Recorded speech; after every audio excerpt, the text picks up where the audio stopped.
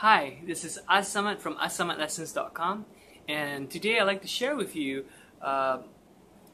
some thoughts on a very important topic, and the topic is on bar chords. A lot of people have problems holding a bar chord, keeping it very firm and making sure that none of the notes are buzzing. How do I practice bar chords? How do I get this in my playing? And so I'm going to just share a few different ideas that may help you. First thing is this. The thing about bar chords is you do not have to press every single string. This is the first thing.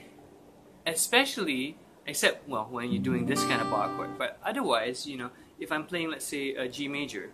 The thing is that I already have these three fingers are holding down these notes. So actually the bar chord, I just really need to get this and these two extra notes to sound clearly.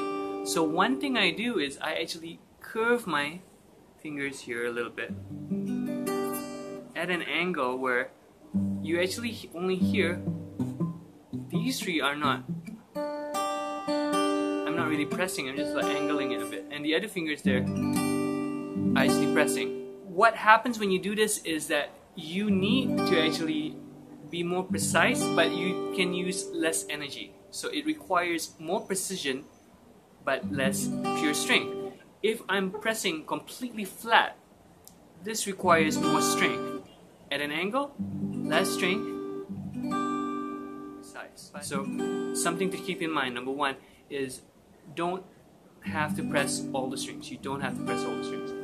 Now secondly, is where you're pressing on the fret.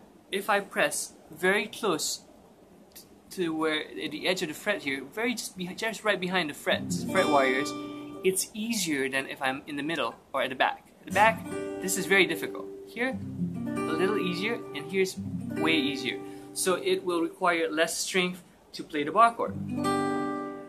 Number three, if you're doing a bar chord with the root on the 5th string, you don't have to bar all 6. You just need to bar 5.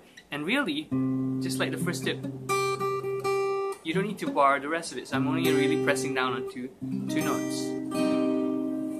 Tip number 4, sometimes you don't even need a bar chord. Meaning that if I'm playing C minor here, if I want this note, the high note here to ring, then I need to press that. But most of the time, I'm actually going to do this, which means I'm only pressing one note and the other 3 notes are being pressed there. So what I do need to do is mute the remainder. So I'm using the tip of this finger to mute the 6th string and this finger here to mute the 1st string. So I get, see what I mean? So I don't need to press everything, I'm only pressing one, but I do need to learn to kind of mute the other 2. Similar as well for C major, I don't need to bar this, I don't need to do this for instance, I just need to 1, and then of course this is also a bar, but in the execution I'm actually angling it, it's kind of bent a bit. Now, what other things can I tell you? The other thing is kind of how the angle of, where your finger is pointing. So in a sense, sometimes I can do it flat all the way up like that, or I can do it at an angle like this, pointing towards my face, or away. Now what happens when you do this at the different angles is that it allows you to stretch a little bit. Here I can stretch here a bit more easier, and here I get to stretch this finger much easier to point here. If it's flat like this, I don't have much of a stretch for this finger. So angling it at different angles can help you stretch in different ways. Here I can stretch and reach here. Here I can stretch and reach here a little bit better. So experiment. Next one, the last tip I'll give for today is that look out where your thumb is going to be. So if I'm playing a bar chord, if my thumb is lower, I can press some of the notes much easier. It's easier to curve the fingers here for the bar. But if it's higher, I'm kind of gripping it almost like that Hendrix kind of over the neck thing. So it allows a different kind of bar chord. It allows this, which just happens in gypsy jazz where I'm kind of barring 2 note strings in a way, the thumb's holding down 2 notes, but I'm gripping the fretboard like really close here, the neck, the guitar neck, I mean really close. But in order for more flexibility, the thumb is actually way lower. So you have to consider all these things when you're playing the bar chord.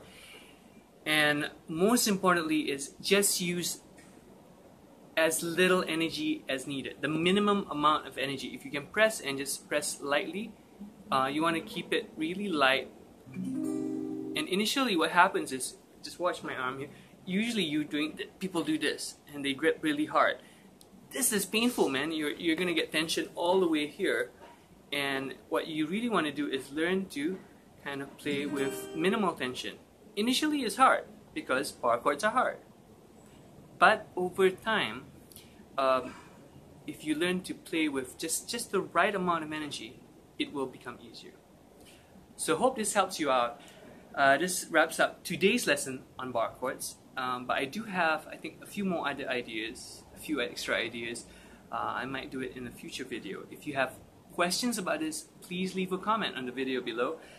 This is hosted on YouTube, but it's for my website, asamadlessons.com. So if you like this lesson, please visit the website, leave comments, and if you have any questions, ask, because it might become, it might end up as a future video lesson. So thanks so much for watching. Again, Samad from asamadlessons.com. See you again next time. Bye.